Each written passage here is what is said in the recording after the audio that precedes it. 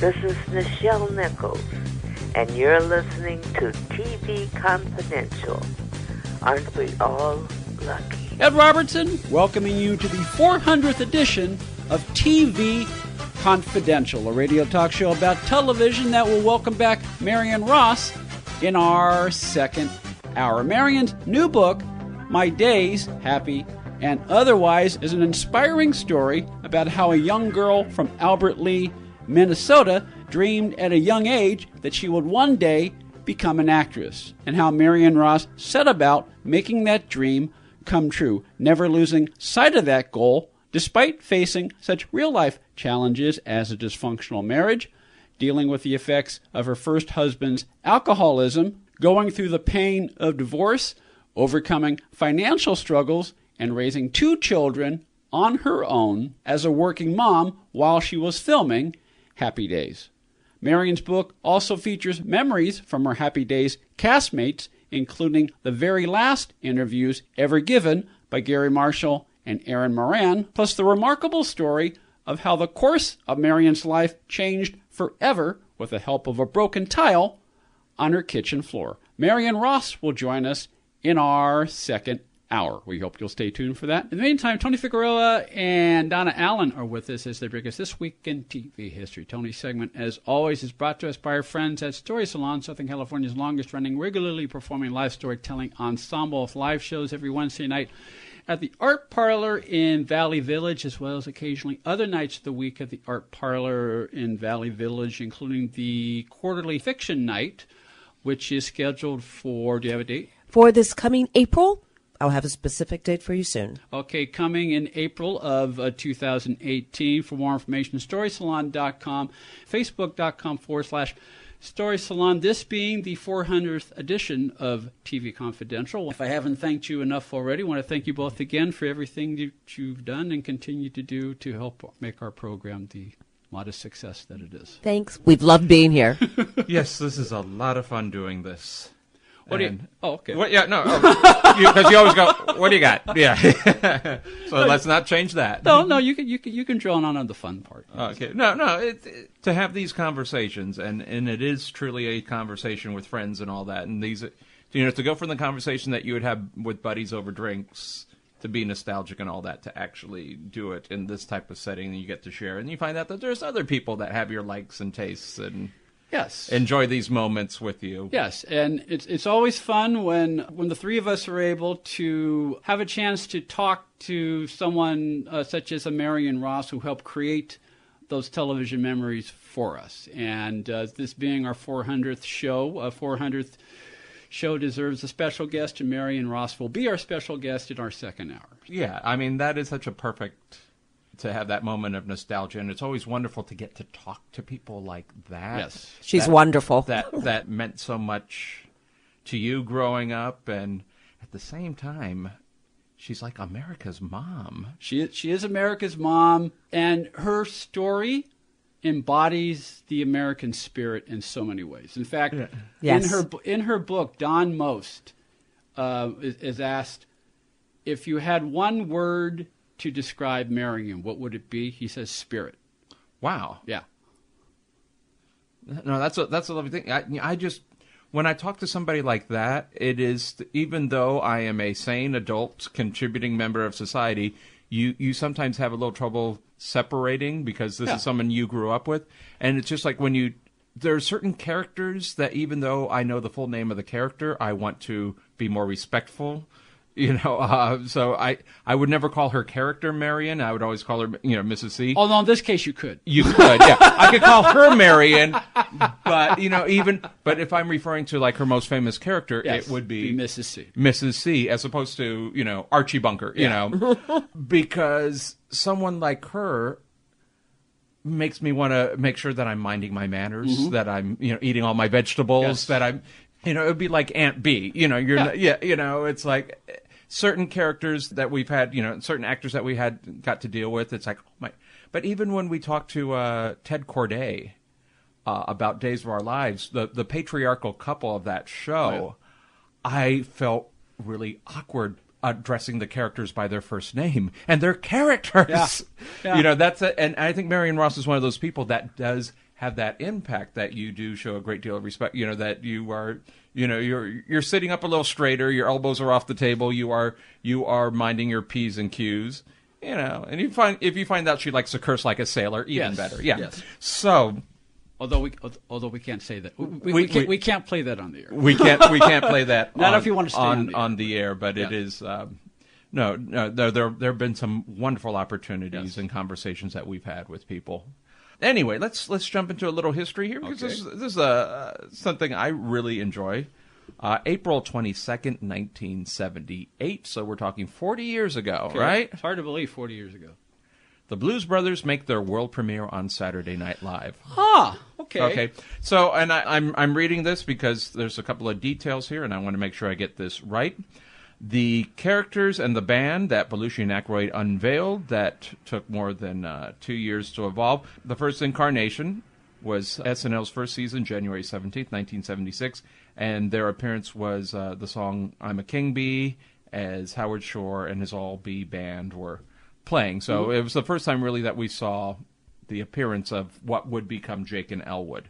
But this, 1978, this is when we see Jake and Elwood. We see the pork pie hats, the Ray-Bans, the dark suits, and the characters are fully developed. We don't know everything about these characters, but trust me, Dan Aykroyd, already had their backstories and such. Yeah. What's interesting is later on this hour, Chuck Harter will join us for an inside look at the history of the Monkees. And ordinarily, I would never bring up the Blues Brothers and the Monkees in the same sentence, but when you think about it, like the Monkees, the Blues Brothers began as an act on Saturday Night Live, but they morphed into a real musical phenomenon, and they did albums, and they toured. Tony, were the Blues Brothers a sketch, or were they a musical act? Were they musical guests? This is something a little unique, because Dan Aykroyd and John Belushi wanted to have control of the characters. Anything that they bring, on a show like Saturday Night Live, and this is true for Mad TV and other shows like it, a lot of the characters may have originally come from the Groundlings or Second City or other improv groups. A lot of the characters that we know had some origin there, and then once they would appear on SNL, Lorne Michaels owned that. So these and sometimes there were negotiations to own the rights to these characters. So if the Blues Brothers were appearing in a sketch, it would be property of Broadway Video, NBC, SNL, and they deliberately did not want to use these characters because they wanted ownership of the characters from the get-go. So they only appeared on Saturday Night Live as a musical act. I think recently, a few years ago, when Tina Fey was still doing Weekend Update, Elwood and Mac, John Goodman's character, appeared doing a commentary on Weekend Update. They appeared as those characters, but other than that, they have never appeared in sketches, and that was basically so Dan Aykroyd and John Belushi could own them. Very okay. So we've really only seen, on concert stage and in 2 feature films and a very interesting documentary that Dan Aykroyd did with the late Tom Davis, of Franken and Davis. Yes. Tom Davis pretty much acting as the interviewer, but in the documentary, he's interviewing both Dan Aykroyd and Elwood Blues. Oh, okay. Yeah, that's so, cool. yeah, and it's around there in the ether. I think they did it for one of the cable networks, and you probably find it on YouTube now. But he is interviewing Dan Aykroyd on the creation of these characters and the history. He's interviewing Elwood on the music, and so, but they're in a diner, and they're both in the diner at the same, in the same booth. And they're having a rubber biscuit. Yeah, they're. I don't remember they're having a rubber biscuit. A rubber biscuit. Yeah, which was what? Yeah, I mean, going back to some of the stuff that they did, because they were doing rhythm and blues. Dan Aykroyd, Canadian, loved American blues. John Belushi was much more of a rock and roll guy and a very serious, heavy metal. Joe Cocker. Joe Cocker, Black Flag, things like that. By the way, his Joe Cocker, Dead On. Dead On. And you could only fully appreciate it when you see the two of them on stage together, and he is doing it alongside Joe Cocker. But John Belushi was really not exposed to the blues, and growing up in Chicago, Dan Aykroyd was quite surprised because a lot of blues history, we associate New Orleans and a place like Kansas City for blues, but Chicago's where blues was electrified.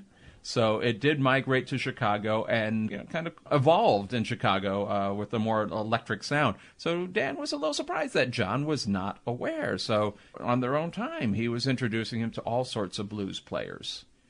And these blues players were just, incredible, and John was falling in love with it.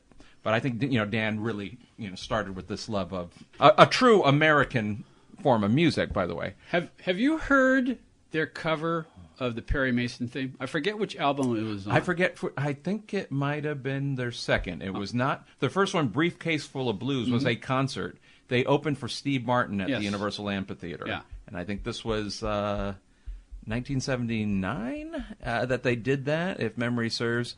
But Steve Martin did a couple of concerts at the amphitheater. And you have to keep it also, just for perspective, Steve Martin was selling out concert venues. Yes. The Universal Amphitheater, when it existed, as a stand-up comic.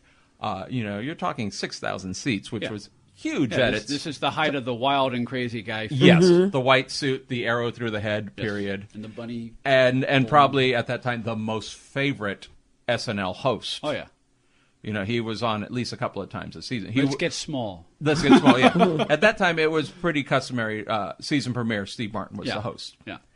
So you had these guys, and they recorded the album. I think it was on MCA Records, and that led to more stuff. But I think the second one was it Made in America? I think was their second album. And it has the heretofore unheard lyrics to the Perry Mason theme song. Yes. So, and I'm sure you can find it out there. Yeah, Made in America was their second one, and then they did the soundtrack album. Yeah, which has a very different sound because you had you are hearing the soundtrack from the movie, so the sound quality is perfect. Which brings up another, because we're talking about Belushi, and we're talking about how, even though Belushi and Aykroyd and the other original not ready for prime time players, plus Bill Murray, because he was not one of the original ones, but to me he is. Yeah. But that core 6 or 7, even though they were breaking ground and they were creating their own, putting their own stamp on culture, it's easy to forget that they all came of age as baby boomers and watching classic shows such as Perry Mason, such as The Untouchables. And so when they did those little prompt homages to that kind of reminded that they're no different than we are in that respect. Yeah, so we're slightly younger from that standpoint. They also were people who thought television was crap. Television at that time. Now, they grew up on I Love Lucy and the Dick Van Dyke Show and had a love for, things like Perry Mason. John Belushi told Robert Stack, when they worked together, you were the man. When he was Elliott Smith, you were the man. So the fact that he had a chance to work with Robert Stack was a big deal for him. Yeah. Well, Dan Aykroyd did Robert Stack in a couple of sketches also, and did Joe Friday once. It was Dragnet. They were in Drag. Yeah. And then later did the Dragnet movie. Yeah. So you knew that the classic stuff that we talk about, that was who they admired and loved. And Desi Arnaz Sr. was a host on the show. That's right. A wonderful host. Yeah, it was really amazing because you could see time had not been in the 70s. Time was not kind to him. He was not. He was, but and author the best title of a book ever. A book. Which is, by the way, not to digress, is a great book. It is like you are across the table and having drinks with the guy, and he is telling stories, and he's basically telling his life story, and somebody is documenting. And while he's talking, he could be a teenager in Cuba before the revolution, and then he'll segue into something amusing that happened on the set of I Love Lucy, and then he's back in Cuba, and he's bringing you up his life story. And it is... I'll have to hunt down a copy of that. It is very worth... But I think you should just light a cigar, have a nice I can do that. glass of rum. I can do that. And a quiet evening, and just start reading. It is that... I mean, it's that type of read. Robert Stack did a dead-on impression of Desi Arnaz. Yes, he did. Sadly, Desi died... I think just before Lucy was inducted in the Television Hall of Fame. Yes. When the TV Academy announced, I think at the Emmys that year, that there was going to be a Television Hall of Fame, and the first inductees included Lucille Ball and Norman Lear, and I can't remember the other ones that particular. I think the following year Desi was inducted.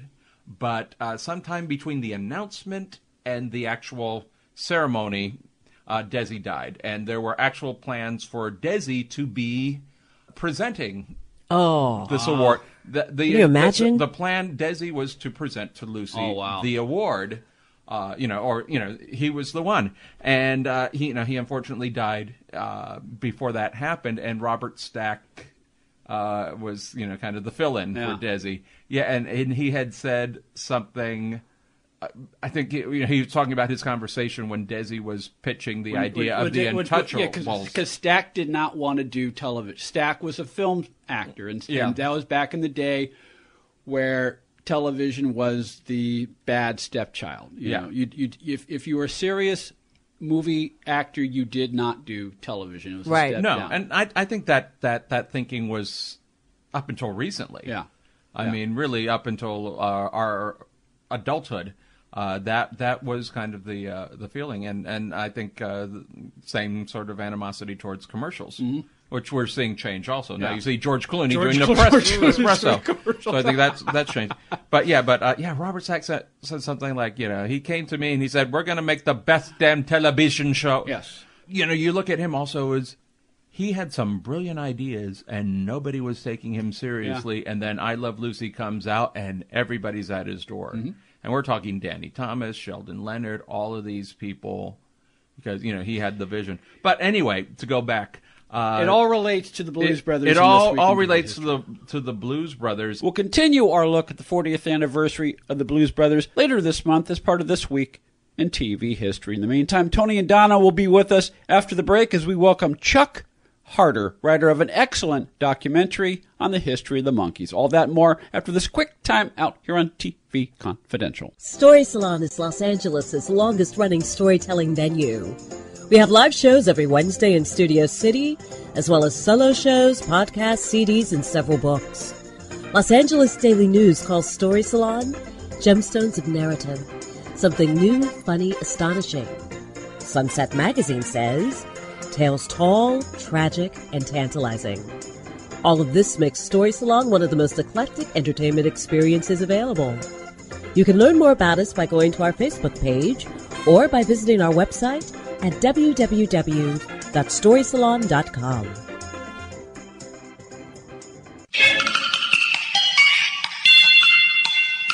Accredited by Guinness World Records, welcome to Archival Television Audio Incorporated, a peerless TV soundtrack archive, preserving the audio from television's first 3 decades, the 1950s, 60s, and 70s, the golden and silver age of television. For more information, go to atvaudio.com. One more, Adam, if you're planning a trip to Los Angeles this spring, be sure to stop by the world-famous Hollywood Museum, 1660 North Highland Avenue at Hollywood Boulevard in the Max Factor building. Calendar year 2018 marks the 60th anniversary of Disney's Annette serials, the offshoot of the Mickey Mouse Club that not only made Annette Funicello a star, but in many respects paved the way for the movie of the week and the TV miniseries. With that in mind, the Hollywood Museum has put together a brand new exhibit this spring honoring Annette Funicello that includes many personal items of Annette's, including personal letters, awards, jewelry, wardrobe, dolls, games, props, original movie posters, a signed pair of Mouseketeer ears, and so much more. The Hollywood Museum is located at 1660 North Highland Avenue at Hollywood Boulevard in the Max Factor building. For tickets and more information, call 323-464-7776, 323-464-7776, or go to thehollywoodmuseum.com. This is Lou Antonio. You're listening to TV Confidential. Here we come, walking down the street. We get the funniest looks from everyone we meet. Ed Robertson, along with Tony Figueroa and Donna Allen, welcome you back to TV Confidential, radio talk show about television, and is happy to welcome back our friend Chuck Harter. Chuck's books on film and television include Mr. Novak, an acclaimed television series, which is available through our friends at Bear Manor Media. Chuck is also a musician and pop culture consultant. His other books include Superboy and Super Pup, The Lost Videos, Johnny Ray, 1952, The Year of the Atomic Ray, and Little Elf, a celebration of Harry Langdon, which Chuck co-authored with Michael J. Hay. Chuck wrote the acclaimed television documentary, Hey, Hey, We're the Monkees, which aired on the Disney Channel some years back. He also has performed in venues throughout Los Angeles and other parts of the country. For a time, Chuck was a member of the Missing Links, a Monkees tribute band. So, Chuck is amazed about that himself. But we're going to spend the next hour or so talking about the Monkees, because Chuck not only wrote the documentary that aired on the Disney Channel, Chuck spent, I don't know, about a year of his life. I mean, he pretty much talked to everybody who is somebody in the world of the Monkees phenomenon, including Mike, Peter, Micky, and David. And he is the most knowledgeable Monkees guy ever. And we're happy to have him on our show. Chuck, welcome back. Thank you, Ed. It's nice to be here and monkey around.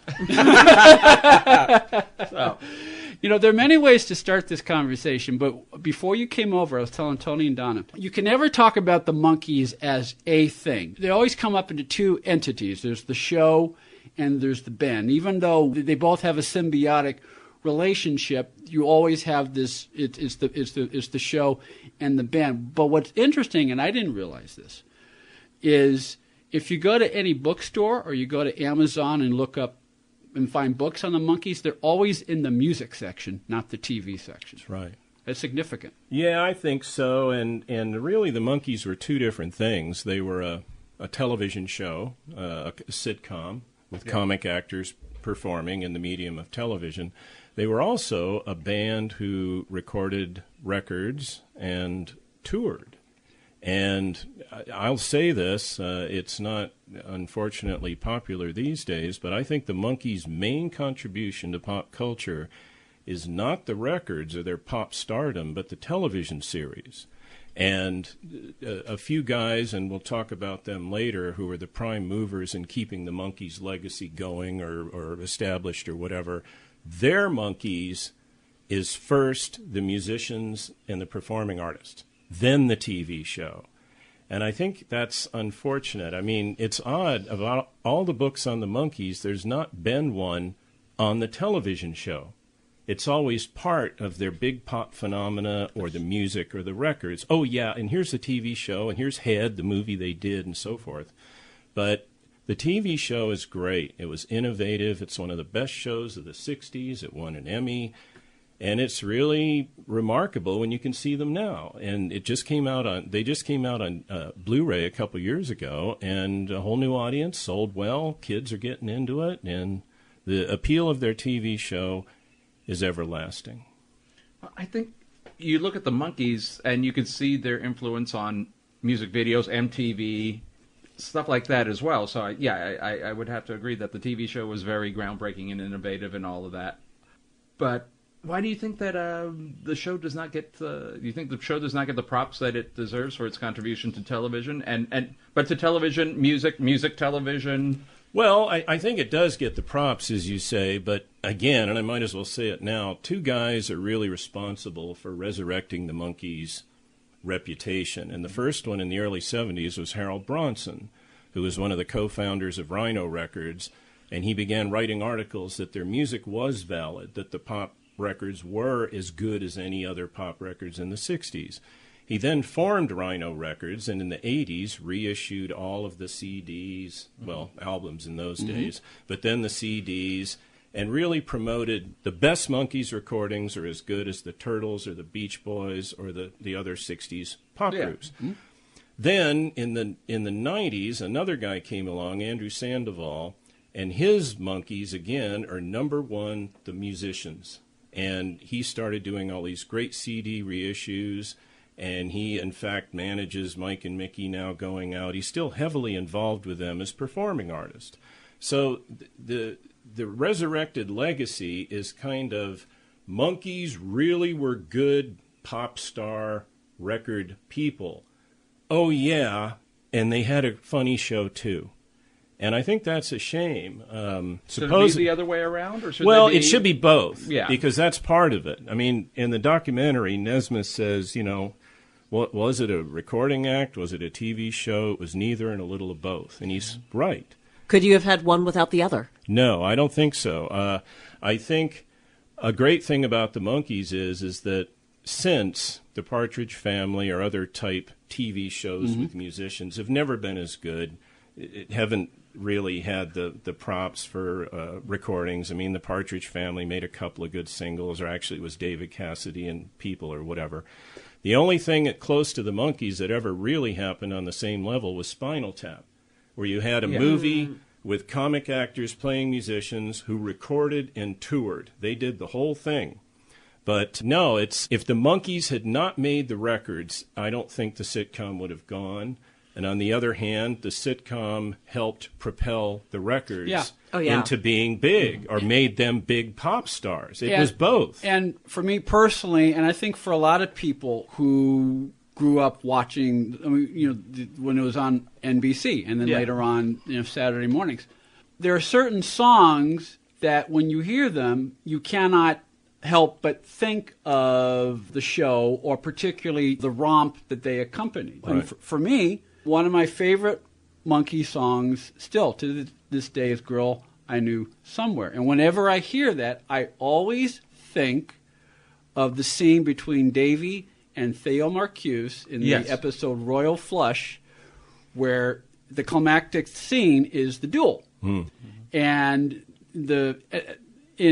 at least in the version that was reran when the show went into syndication, they play Girl I Knew Somewhere. So I always associate that song with that scene. It's one of my favorite scenes of the show and one of the best episodes. Well, I think and I'm sure a lot of others too, when you hear Daydream Believer, you can't help but visualize the guys clowning around. Yeah. Because you could tell that they're not actually... And that psychedelic set. That psychedelic set that... Davy's doing some sort of early version of moonwalking into the... Yeah. And Davy's wearing the George Harrison shirt, So. Yeah, and Micky is trying to play the tambourine and missing, and you can tell that they're just really goofing around. Yeah. But you can't listen to that song without having that particular image, and it's a beautiful song. And I think it stands the test of time. But, you do get those visuals when you go there. But kind of going in that because, I guess you're right that as the 80s and 90s progressed, there was more of a defensive, no, they're legit. They're a real band. They're, that seemed to be... Or somebody trying to say the opposite. Well, no, that's very true. And two things on that. Nesmith, again, of all people, who I think really understood or understands the least of what the Monkees is, and he's admitted it, he said, and he was in a cynical mood, which he can be at some point, he said, most of the Monkees, there's some great records, but most of it is just average recordings. But when they're matched up with the visuals from the TV show, they become electric. Yeah. And I said, okay, you're a little overstating the case, but yes, that's true. Yeah. And the Monkees have had several comebacks, but the greatest one was in '86 when MTV ran episodes for 48 hours or whatever it was in the era of music videos. Wham! Instant new audience, instant legitimacy. The records became reissued. Oh my God, look how fun they are. They reunited and did 300 cities. And they tried to do the new Monkees. Well, that was...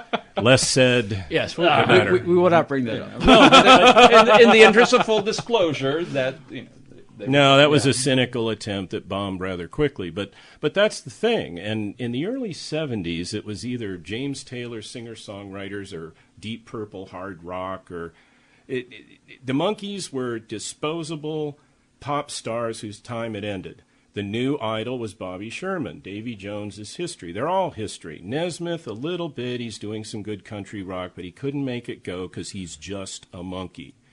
And then all of a sudden, with Harold Bronson pushing it in the late 70s, wait a minute, and the shows kept being rerun. And then in the 80s, it exploded, and it's been going ever since. Chuck Harter is with us, along with Tony Figueroa and Donna Allen, as we devote this hour to the history of the Monkees and their impact on music and television. Chuck wrote the acclaimed documentary, Hey, Hey, We're the Monkees, which originally aired on the Disney Channel. I'm going to jump ahead a little bit, but when you talk about the key role that Bronson and Sandoval played in resurrecting, creating this renaissance, and really making possible the last 30 years of the Monkees' history and keeping them part of the culture, it brings up a point that you said to me off mic. One of the reasons why the group ended as quickly as it did is because once they parted ways, or let's just say once they forced out Kirshner, they had no strong management to guide them. And that led, we'll get into that a little bit later, but ironically, it was the two forces at Rhino that basically became their management, or at least the keeper of the flame, and made everything possible. Yeah, that's very true. And the Monkees, again, it's a fascinating story because you had four guys who had almost nothing in common. Nesmith said it's like a sports team with a great baseball player, a great basketball player, a great bowler, and a great tennis player. Boom. And they took these four guys, and within 6 months, they were as big or bigger than the Beatles. They were thrown right into the hurricane. Rah! And it was insanity. It was just 24/7 insanity. So in cases without a manager, each guy had his sycophants telling me, you're the one, you're the one, you don't need them, you're the star, you're the star. And I think they simply just burned out in a couple of years. They did. Peter said it probably took 5 years off our lives, that 3 or 4 years, because it was so intense. Was that fandom planned, or was that a surprise that they got so big so fast? Absolutely a surprise. And the Monkees, prior to the Monkees, rock music and TV at best had been maybe the Ozzie and Harriet show, where at the end Ricky Nelson would sing a 3-minute tune and became an Elvis, more or less. But it wasn't the 60s. That's the 50s into the 60s. It's now the mid-60s. The medium is the message, Marshall McLuhan, all that sort of thing. And it just... and so all of a sudden... So the Monkees, this is a fallacy that I think the naive Monkee fans think, is they were just four fun-loving guys who lived in the house and loved each other, and that's not true. They were almost like they were in a combat unit in Vietnam. They were in the Army, they worked together, they were a team, and then when it started fumbling, they all went their separate ways, and that's what's odd about it. So they shared the experience, and they still do, at least now 2 of them. But that was the thing. It unbelievable pressures. Jones would tell me he said, I didn't sleep for days, or just I couldn't go anywhere without 1,000 girls trying to rip my clothes off, or just, Plus they're getting, you guys suck. You guys are fake. You guys, it's all the promotion. You're not real. You don't deserve your talent. What? On that note, because we were having this conversation before you arrived, I think it's horrible that the Rock and Roll Hall of Fame still hasn't acknowledged them. If they want to keep out the Archies, fine. But I'll tell you. But and please, tell me if I'm right or I'm wrong in my perception, right. Because it's almost like they are deliberately keeping them out, as if they did something. They're not like the Pete Rose. Sorry, Donna, she's from Cincinnati. Of rock and roll. Well, it's been nice talking to you. They are. People are still, for whatever criteria. It's not like you keep a rock and roller out of the Hall of Fame for bad behavior. No, here's the story on that. This is a great one. They absolutely deserve to go in. So does Spinal Tap, I guess, from you. Yeah. Well, a lot of groups do. A certain former editor of Rolling Stone, who I will not dignify by name, who is in charge of that now, doesn't like pop music or 60s pop hit bands. They're not real. They're not the Laurel Canyon hippies of the 70s or so forth. They're not Neil Young or all that. So, unfortunately, unless a group was a Beach Boys or a Lovin' Spoonful or a Young Rascals who had someone behind them, or Tom Hanks got the Dave Clark Five in, or that kind of thing, the Monkees aren't going to get in. Now, in early 2000, and hopefully we can talk a little bit more about this. This is the Chuck Harter show. We'll talk about whatever. All right, well, okay, that's fine. But anyway, I spent a week with Jones at his farm in Beaverton, Pennsylvania, and I can probably repeat about a third of what happened. But off mic later, I'll tell you the better stuff. But one of the best things that happened was when they toured England in '97, the four of them, they did 12 shows. Davy arranged for a guy to go over and videotape 7 of the shows. Mm-hmm. And so I guess he'd sent the tapes to Jones, but he never watched them. So I was there, and I had the best show of the 7 with me. So one night we were sitting there, and I said, I want to put something on. And the night before, we'd hit it pretty hard, so we were rather mellow that night. So he had a big screen TV and speakers, and so I put it on, and we sat there hoisting and rolling, watching it, and as it went on, he was just, man, we're a real band, man. No, listen to this, listen. And so he stops the tape a couple. He says, stop the tape, man. Stop the tape, man. Hey, all right. And I go, what? He goes, where's my phone book, man? And he gets the phone book, and Dolenz. Hey, Micky, man. And none of the other 3 were home, but he left messages. Micky, man, I'm watching this in 97. We're a real band, man. To hell with the Rock and Roll Hall of Fame. We should be in there. I want to put this on a film and show it in front, man. We're great. Call me back, man. Right? And a little later, Peter, man, I just saw you. Oh, my God, we were incredible. Mike, oh, my God, you actually were alive at that show. You woke up for that one. Oh, my God, you've got to call me back. Oh, my God, it's amazing. Okay, go run it some more. Mm-hmm. So there you have it. But it was great to watch him watch the Monkees. Wow. Right? Mm-hmm. And he went crazy, and I was so happy I was able to do that, man. Isn't that something? That is something. Chuck Harter is with us. Chuck Harter, Monkees historian, writer of the Desi Channel documentary, Hey, We're the Monkees. Chuck Harter, human sound effects machine. Let's not forget. That's right, man. Can you use Sammy saying man, too? Or? Yeah, well, man. Yes, okay. Just wanted the... Who can make a sunrise? Perhaps next time. Chuck's other books and contributions to pop culture include Mr. Novak, an acclaimed television series, which is available in hardcover, paperback, and for the Kindle at Amazon, BearManorMedia.com, wherever books are sold online. The website is Mr. Novak. Sorry, man. MrNovak.com. Sorry, I was in Monkey Land. Now I'm in high school. Let me get back to Monkey Land. We're talking about the height of craziness, 67 going into 68 after the first season, after the tour, where they went all over the place to Japan and Australia. And then when they came back to do the second season, I was talking to my brother about this the other night.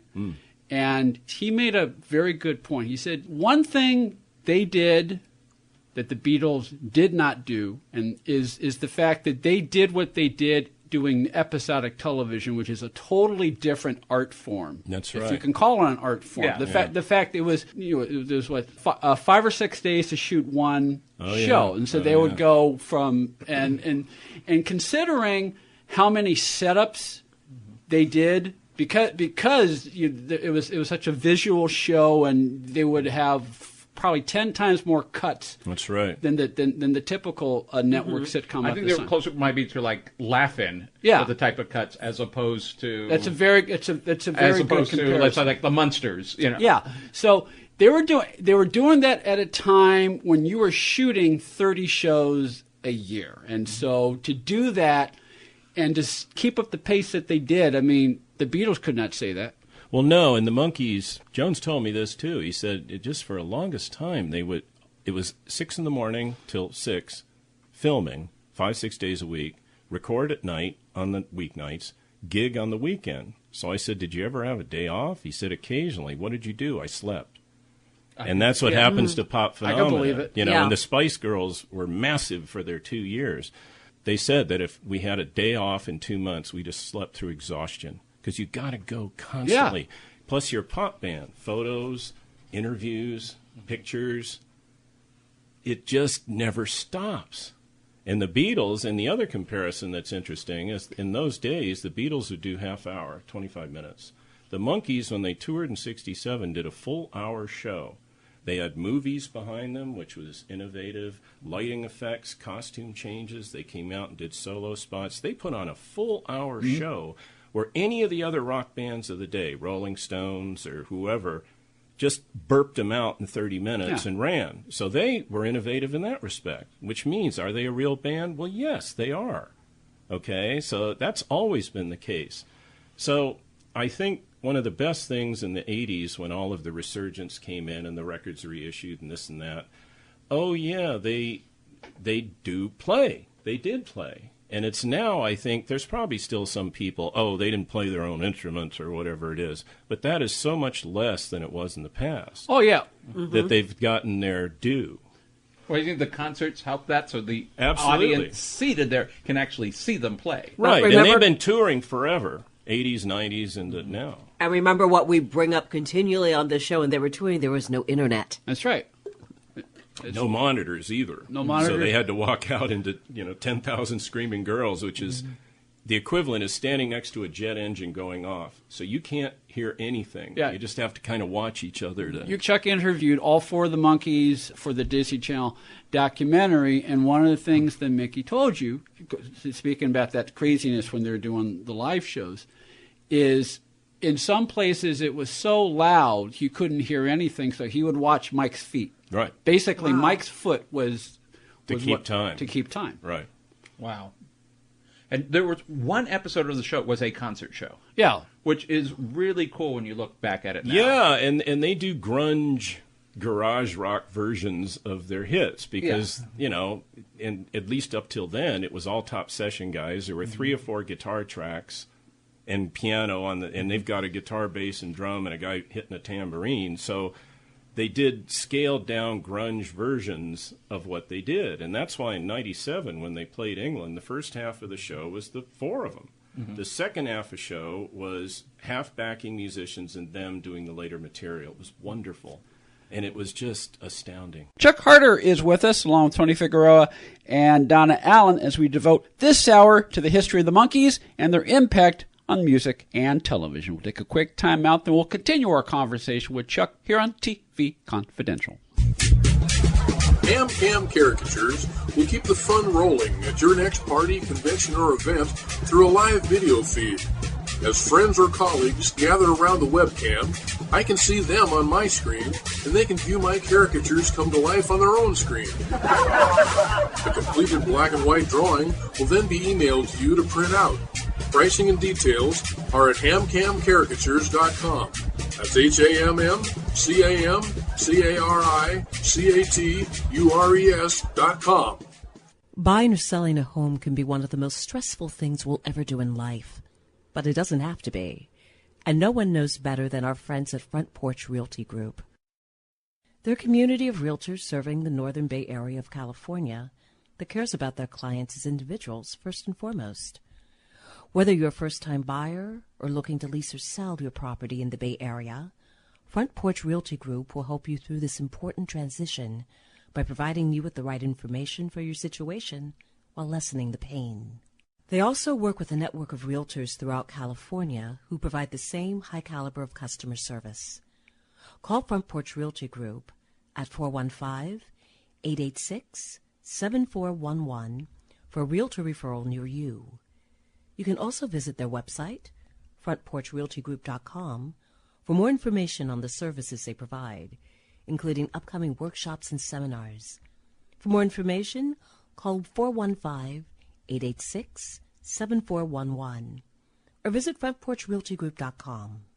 Front Porch Realty Group. They'll find the solution that works best for you. Ed Robertson here to tell you how you can get a free first ride with Uber, the mobile app that connects you with the ride at the touch of a button in just a matter of minutes. Uber has drivers in cities across the country and around the world, while payment is seamless and cashless. To download the app, go to Uber.com and enter the promo code TVConfidential, all one word, and you will receive a free first ride up to $20. To sign up directly with the promo code included, go to get.uber.com/go/TVConfidential, get.uber.com/go/TVConfidential. If you've listened to TV Confidential and like what you've heard, please consider supporting our efforts by becoming a patron of our show through Patreon. It's easy to do and costs as little as $1 a month. For more information, go to patreon.com/TVConfidential or click the Patreon button on the home page at tvconfidential.net. Hi, this is Julie Newmar, and you are listening to TV Confidential.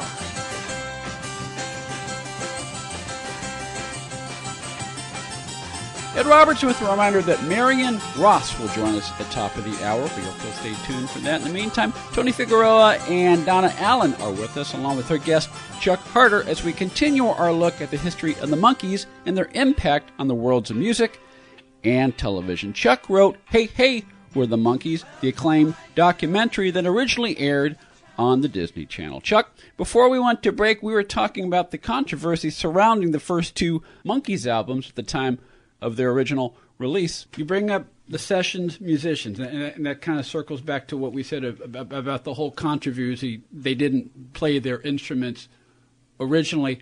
I didn't know this until I watched your documentary, Chuck, is that everybody, pretty much every recording artist, especially every group, they had studio musicians to do that, and those are very practical, because what they really need is, because of their various commitments, and what they need is for them to be there to record and to lay the tracks, and so that way they didn't have to worry about getting the guitar playing, stuff like that, because they had studio musicians for that.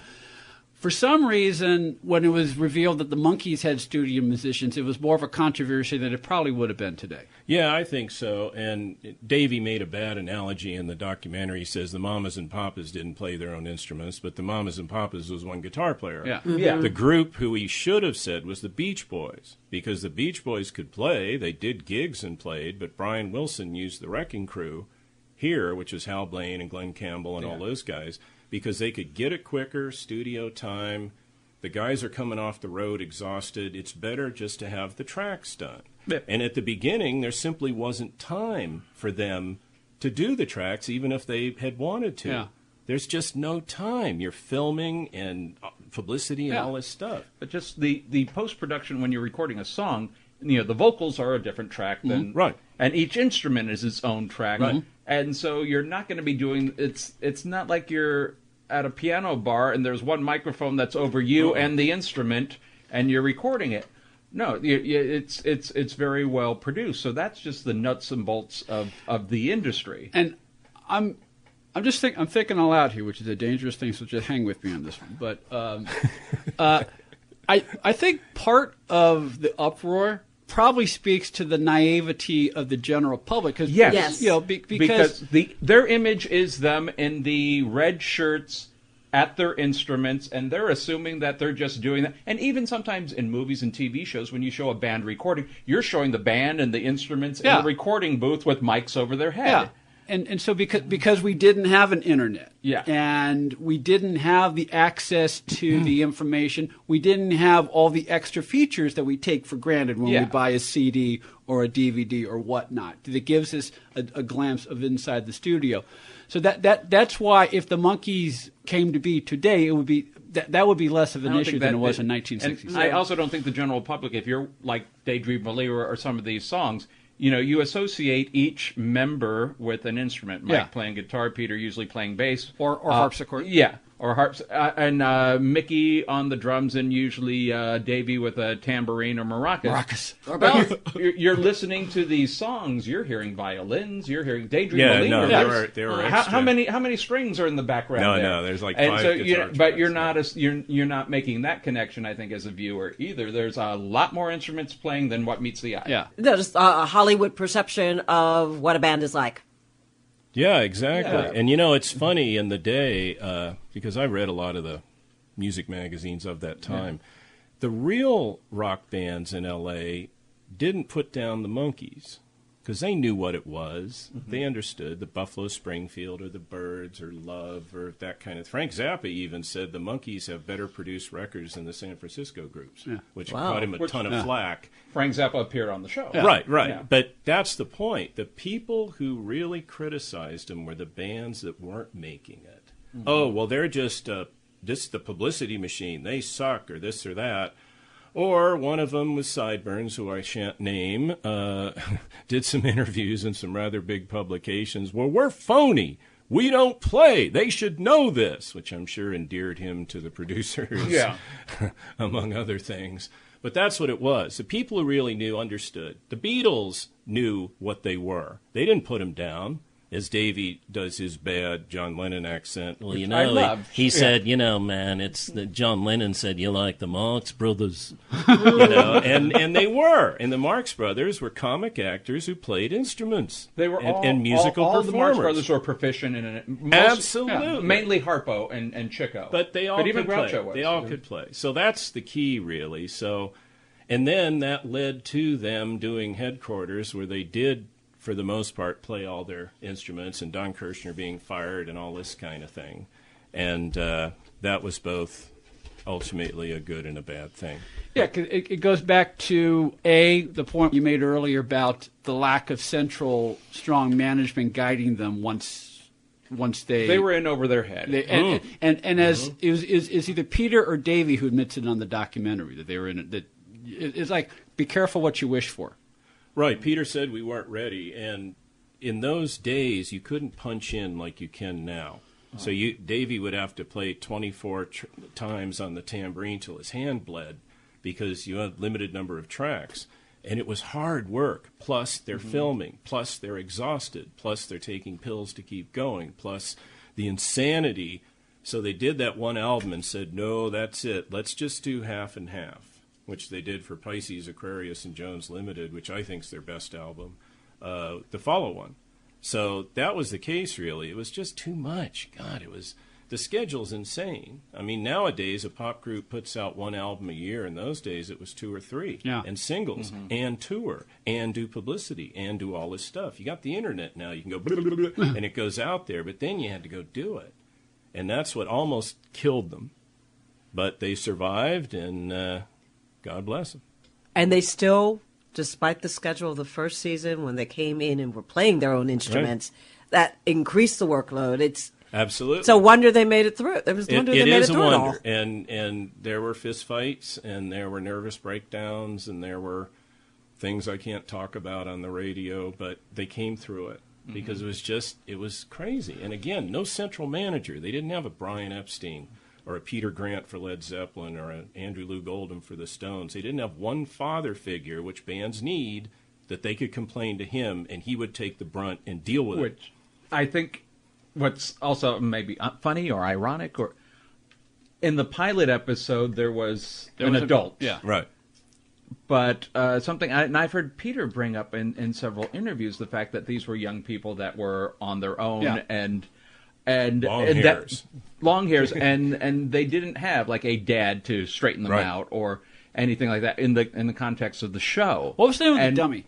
Yeah, they had the dummy. The dummy was the dad. Yeah, which I think makes probably a bolder statement than we appreciate. No, I know. I'm being facetious when I say but that. I think we've all had that authority figure once. That was that dummy. Yeah. But Peter had talked about how the kids could be in charge.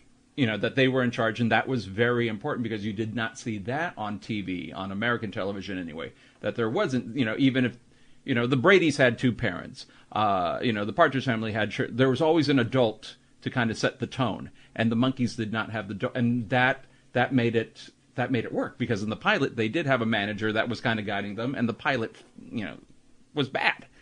But in the rest of the show, that they did not have that adult supervision. It was bad until it was cut together, until it was re-edited. But in the storyline of the show, the fictional world of these 4 guys, not having the adult supervision was what made the show successful. Well, but behind the scenes, not having the adult supervision was a real the rough part. time. But yeah, that's true. And Mickey said the show almost didn't make the air because their hair isn't long, but it was. There hadn't been a TV show with long hairs, and long hairs were considered bad people or long-haired kids or hot-smoking bohemians or whatever it was.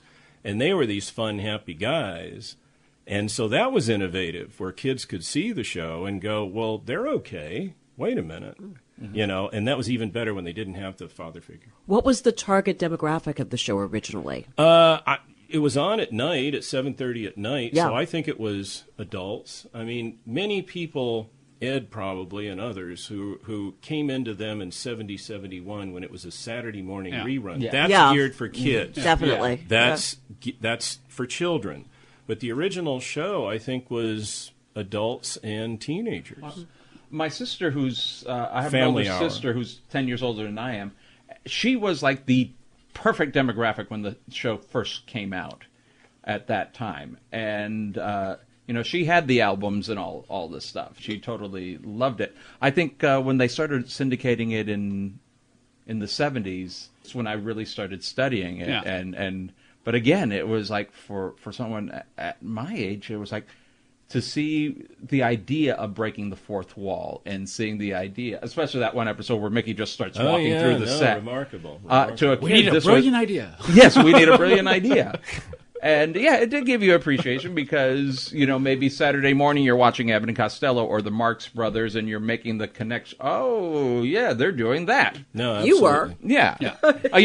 I was a weird kid. I knew that still a Curly weird wasn't really... Still a weird still kid, are. man. I was a kid This who guy's couldn't talking about the understand- Monkees, man. I couldn't understand why that boy in Cleveland was in the hospital because he was doing what the Three Stooges were doing, and I'm the one saying, there's a sound effects guy making that noise. Curly's hit with a rubber hammer. What's wrong with, you know, and I'm He's 9. an idiot. Yeah, and I didn't Excuse me, mentally challenged. I forgot what year this is. Yeah, you know. Me and the Hollywood kids I grew up, we kind of knew that stuff, and we didn't understand why kids across the country apparently did not know what we knew about how But that's the production thing, worked. and that's why, the machine made it work, absolutely. But you know what? Those four guys were all really good. And here's something I'd like to throw in briefly. All four of them had done stuff prior to the Monkees, because some of the early criticism was, oh, you could have taken any four bozos and threw them in. No, Jones had been a Broadway star in Oliver, and he'd done television acting. Mickey had He was Circus Boy. Circus Boy, and he had played in local bands. Nesmith had hosted Hoot Nights at the Troubadour and recorded some singles. Peter had been a folk musician in Greenwich Village playing.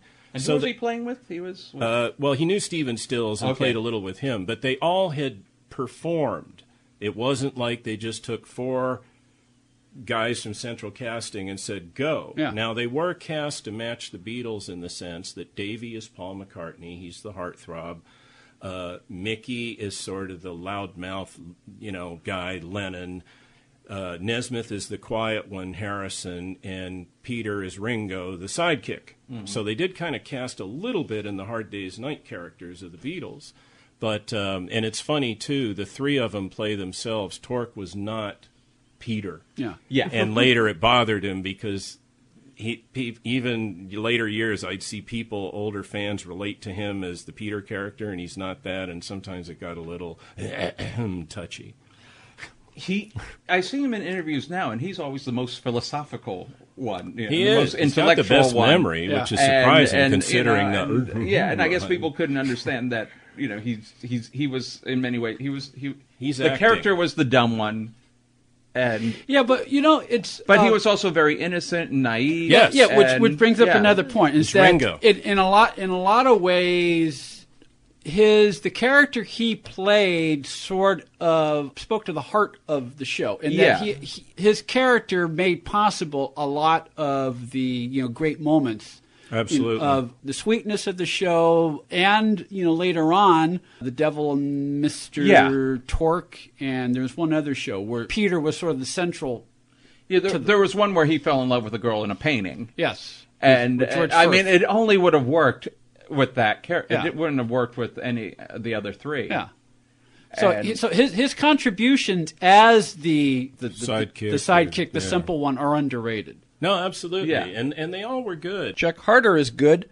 Chuck wrote the acclaimed documentary Hey Hey, We're the Monkees, for which he interviewed not only Davy Jones, Micky Dolenz, Peter Tork, and Mike Nesmith, but just about everyone else who had anything to do with the Monkees phenomenon. We'll continue our conversation with Chuck at the end of our second hour. We hope you'll stay tuned for that. In the meantime, we'll take a quick time out, then Marion Ross will join us when we come back for hour number 2 of TV Confidential. Stay with us. If you haven't been listening to TV Confidential, this is who you're missing. Shirley Jones, Diane Baker, Bobby Hall, Channing Chase, Charlene Tilton, Cherie J. Wilson, David Franco, Peggy King, Shelley Morrison, Karen Kardashian, Joanne Worley, and many, many more of your favorite celebrities and people behind the scenes in the world of television. That's TV Confidential, every week on this station and every day online at tvconfidential.net. One more item. Our friend Chuck Harter, author of Mr. Novak, an acclaimed television series, is asking for your help on his latest project. Chuck is teaming up with Martin Grams Jr., another first-class writer, on a book about the vintage horror TV series Way Out. Way Out, you might recall, was a half-hour anthology series hosted by Roald Dahl that aired for 14 weeks on the CBS network during the summer of 1961. Taped in New York City and produced by David Susskind for Talent Associates, Way Out aired on Friday nights just before the Twilight Zone in the summer of 61. If you remember Way Out, Chuck and Martin would love to hear from you. It is their intention to interview people about their memories of viewing the show as part of their upcoming book. You can email Chuck at chuck.harter@earthlink.net, and Harter is spelled Harter, chuck.harter@earthlink.net. If you remember watching Way Out and would like your memories included as part of this upcoming book. If you happen to have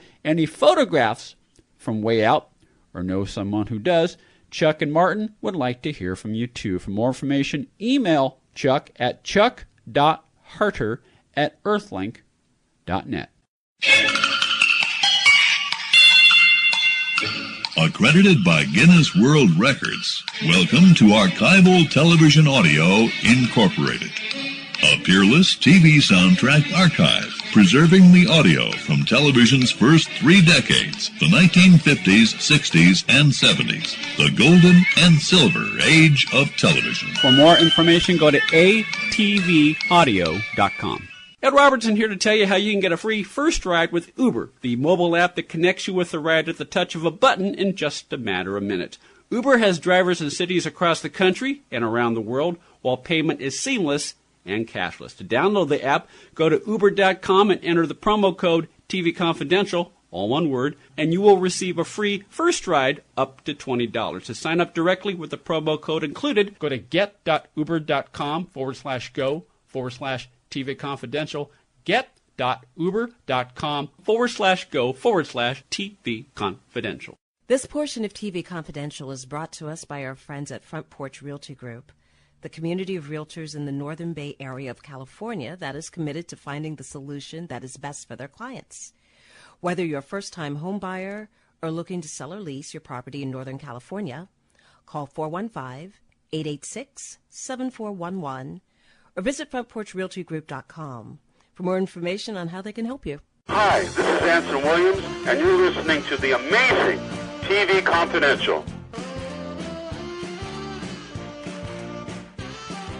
Ed Robertson along with Tony Figueroa and Donna Allen welcoming you back to TV Confidential, radio talk show about television that is pleased to welcome back Miss Marion Ross, the actress known around the world as Mrs. C on Happy Days, a character that TV Guide named one of the top 10 TV moms in history. Everyone who has ever watched Happy Days knows that in many respects, Mrs. C was really the one who held everything together. Everyone was drawn to her, including and especially the Fonz. What you may not know is that for many years, off camera, Marion Ross always felt invisible, a Hollywood outsider.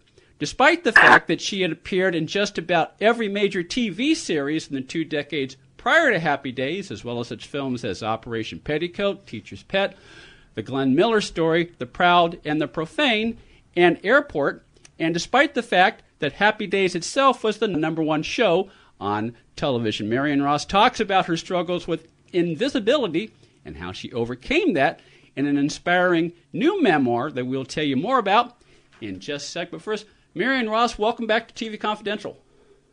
Well, that was a beautiful, beautiful intro. Thank you. I'm going to give you A+. Oh, great. You're a teacher's pet now. Well, I'm very proud of you, see? I think that is the greatest compliment you have ever gotten on this show. I'm speechless. To have Mrs. C's approval. Yeah, well, all of us have childhood dreams. Yes. Very, very few of us fulfilled those childhood dreams, and even fewer of us put in the work that you did to make that dream happen. Ah, thank you. That's a nice sentence too. So you've gotten high marks in sentence structure and grammar so far. Mary, let me just so you know, I'm staring at your book right now, Ed's copy, and there are like a dozen paper clips marking key passages, and the paper clips are color coordinated. So I just want you to know, you're talking to a guy who does all the research and marks. This is lovely. This is lovely. I love it. Well, ask away. Ask away. I'd love to know. I would love to know what caught your eye, and what interested you. Yeah. Well, just learning a bit about your growing up years, I think it's safe to say that your drive and ambition you got from your mother, and yes. And even though our listeners won't believe this, when Marion is not talking to people like us, she's a very quiet, reserved person. And I understand you got that trait from your father, like that kind of quiet stoicism. Yes, but were you aware that most of my drive came from having a little crippled brother? That's right, your brother Gordon. Yeah, my brother Gordon. Oh, sweet. I love that you knew his name. Well, look, this is an old cliche, but and the reason why it stays, it's true. Perspective is everything. And your brother lost the use of his leg at a very young age, and he learned to compensate for that, but he never let his disability define him or bring him down. And those are things you cannot help but learn from and draw on that as you face your own struggles later in your life. Right, and you see, my Canadian mother, Irish-Canadian mother, was the force behind my brother to see that he was not babied, that there was opportunities all the time, So I want to give my mother just a lot of credit. Well, she was something. Not only that, your mother was a trailblazer in a lot of ways. I mean, if I remember correctly, she was a teacher, and she taught in Indian reservations in the wilds of Canada. So she was quite an independent spirit, wasn't she? Yes, and then she ended up teaching down here at Rancho Santa Fe, a very, very wealthy area. And isn't that something? So in her later years, she was the principal of the school at Rancho Santa Fe. And it's interesting for her because she had been brought up on the prairies of Saskatchewan, and now she's dealing with these very wealthy people, and they all admired her tremendously. Going back to what we said a little while ago, when you were a young girl, you decided you wanted to be an actress. Now, you had parents. I mean, you not only grew up in Albert Lea, Minnesota, which is like real far away from Hollywood or even New York, where the action is if you want to be a stage actress. You're in Albert Lea, Minnesota, and you've got two parents who do not work in the entertainment industry, and yet when you told them what you wanted to be, Marion, they both supported you. Yes, absolutely. And my mother said, you can be anything. Wow.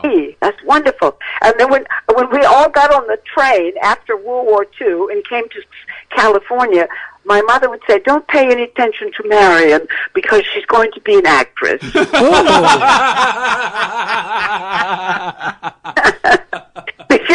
by the time we got on the train to go, I had taken so many lessons, and I had, a real nice Minnesota accent, and so by the time, and I was trying to get rid of that, and I was trying to breathe to my diaphragm, with my diaphragm. Well, I could hardly talk at all, you know.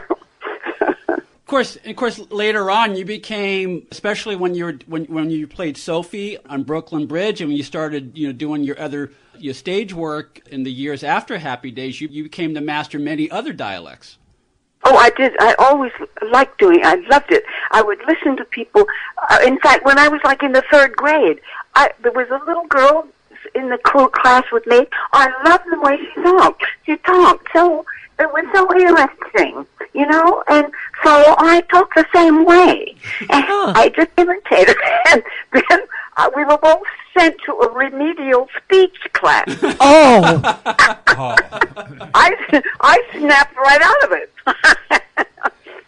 We're talking to Marion Ross, Mrs. C on Happy Days, Sophie Berger on Brooklyn Bridge, Sally Field's mom on Brothers and Sisters, and the feisty matriarch on Gilmore Girls. Marion's new book, My Days, Happy and Otherwise, which she co-authored with David Laurel, is a remarkable story about how a young girl from Albert Lee, Minnesota, dreamed at a young age that she would become an actress, and how Marion set about making that dream come true and never losing sight of that goal, despite facing such real-life challenges as a dysfunctional marriage, dealing with the effects of her first husband's alcoholism, going through the pain of divorce, overcoming financial struggles, and raising 2 children on her own as a working mom. My Days, Happy and Otherwise also features memories from Marion's Happy Days castmates, including the final interviews ever given by Gary Marshall and Aaron Moran. My Days, Happy and Otherwise is available wherever books are sold, through our friends at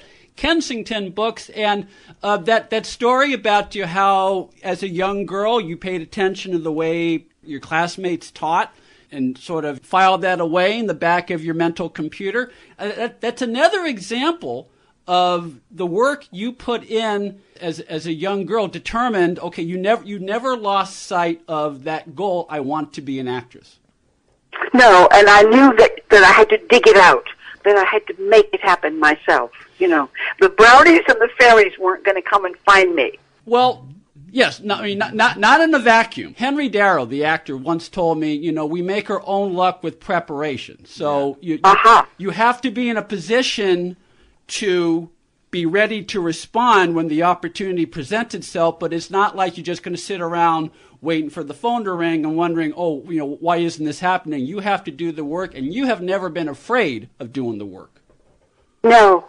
And I'm handling retirement pretty well. I'm not, you wouldn't think I would be able to, but I don't care one bit.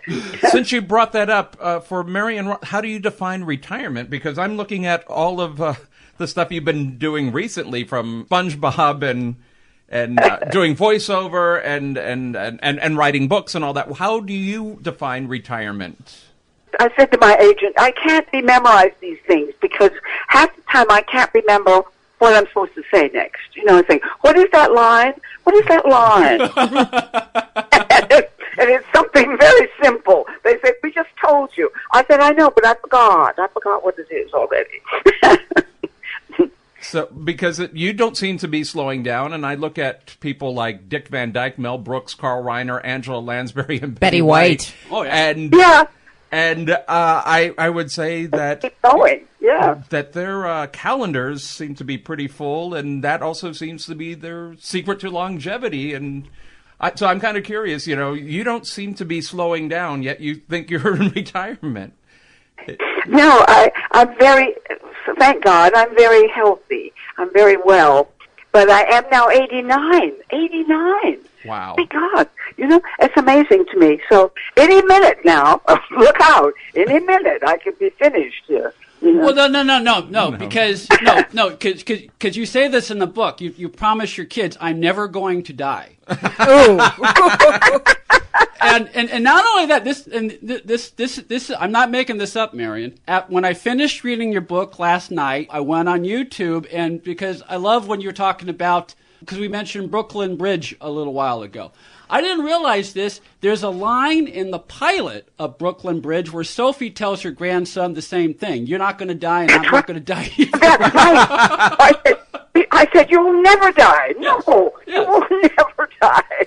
And I thought, oh, I'm so pleased that you read the book. I'm so... Marion, the last time we talked, I let you know that when I was a teenager, I used to run over to Paramount after school to watch your final dress rehearsals for Happy Days.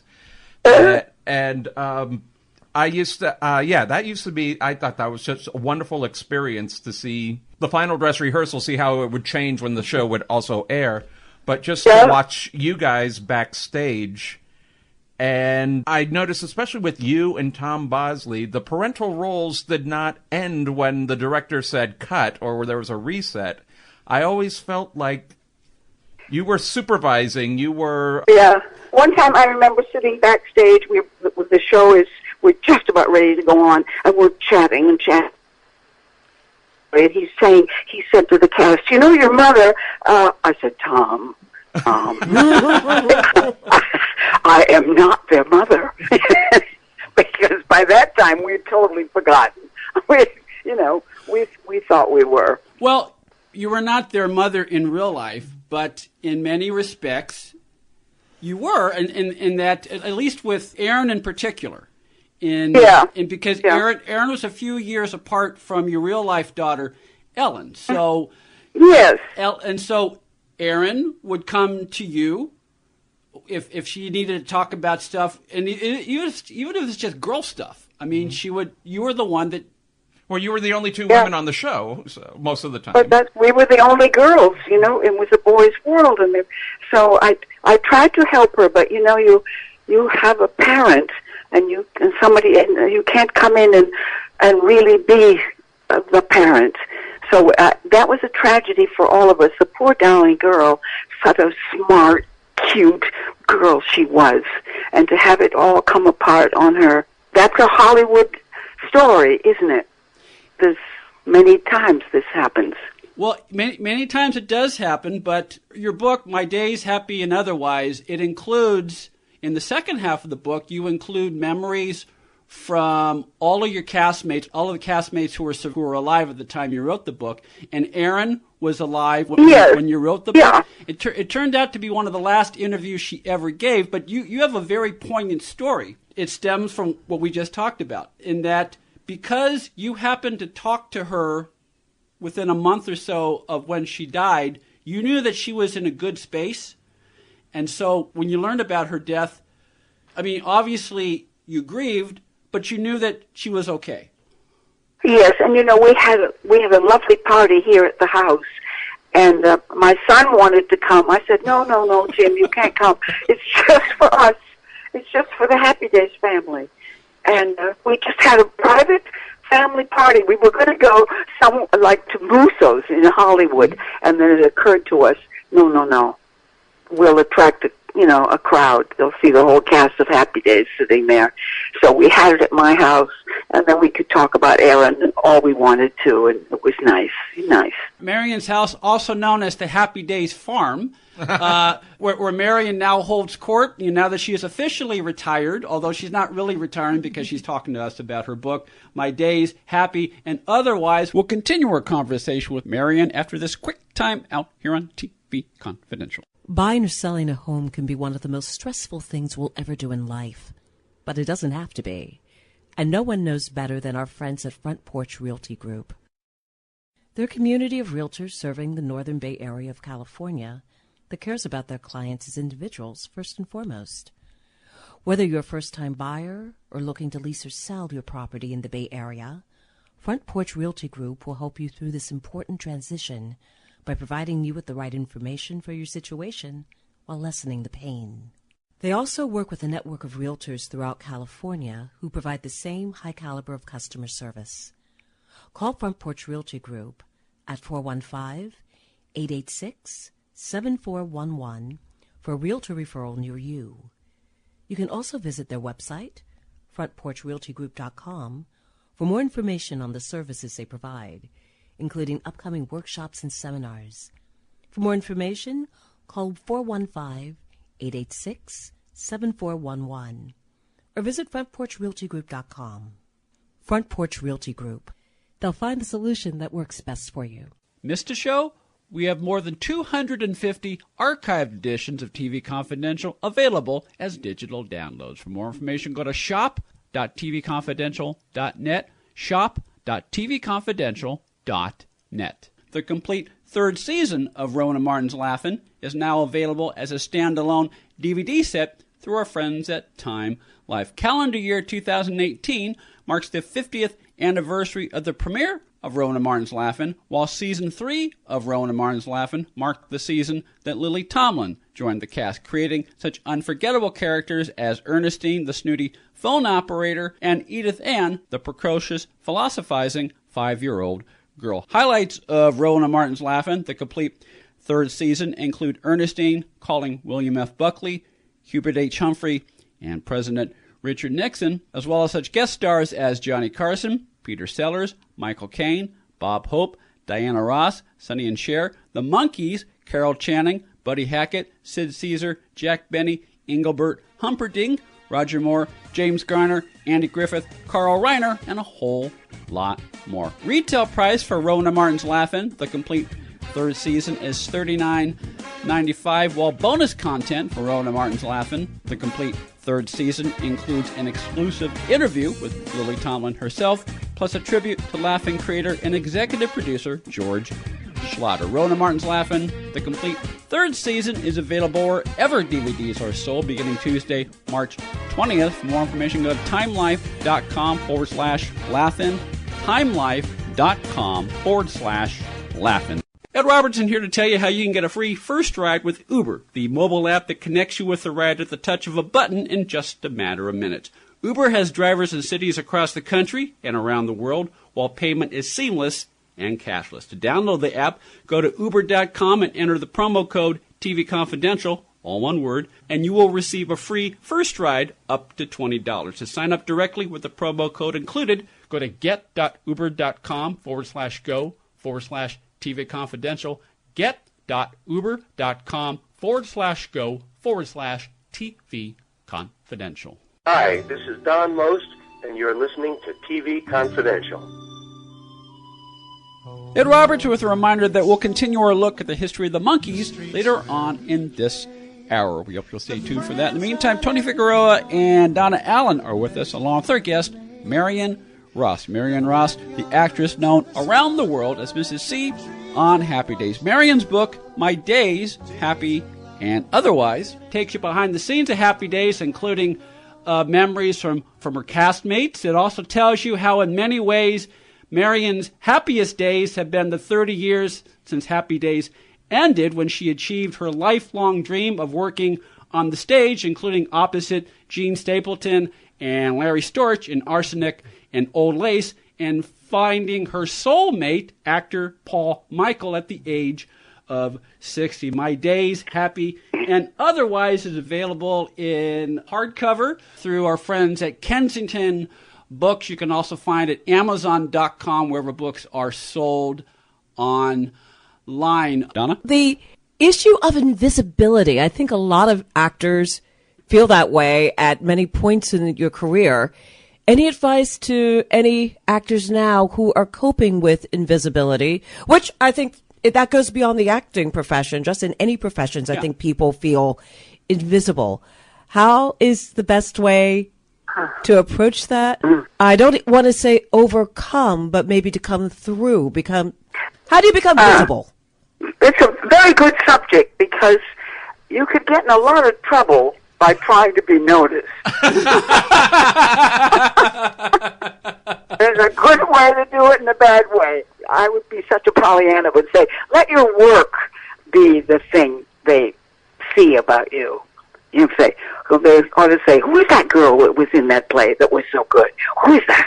You know, other than getting all the notoriety, the public loves it. I mean, look at the news. Look at the news every day. You know, and even when you do interviews, they say, well, give us some hot stuff. Give us some bad stuff. Well, I don't have any bad stuff. But if you can be disciplined enough to stay away from that, you can then have a longer career, can't you? As is evidenced by you. So I guess stay true to your art, study, do good, consistent work, and you will continue to work. And, I would always tease everybody. I would always say, I have every penny I ever made. Well, no, that's true. Not enough people save these days, but, you growing up, you being a child of the Depression, there are certain things that you never forget. Yeah. Richard Anderson once told me, he was about your age. He was born about the same year you were. And he once told me, you never forget the days of when you're in a cheap flea bag hotel hoping for your next break, and you're living on hot water and packets of ketchup. I mean, you never forget those things, and it's like it's part of what makes you up. But you're talking about your growing up years in Albert Lee, Minnesota, where and again, this is one of those things you learned from your parents about you do what you can to make ends meet. And so if it means taking in a boarders, renting out Marion's room so that she sleeps with her sister Alicia, in the basement, then that's what you do. Right. Oh, you read the book.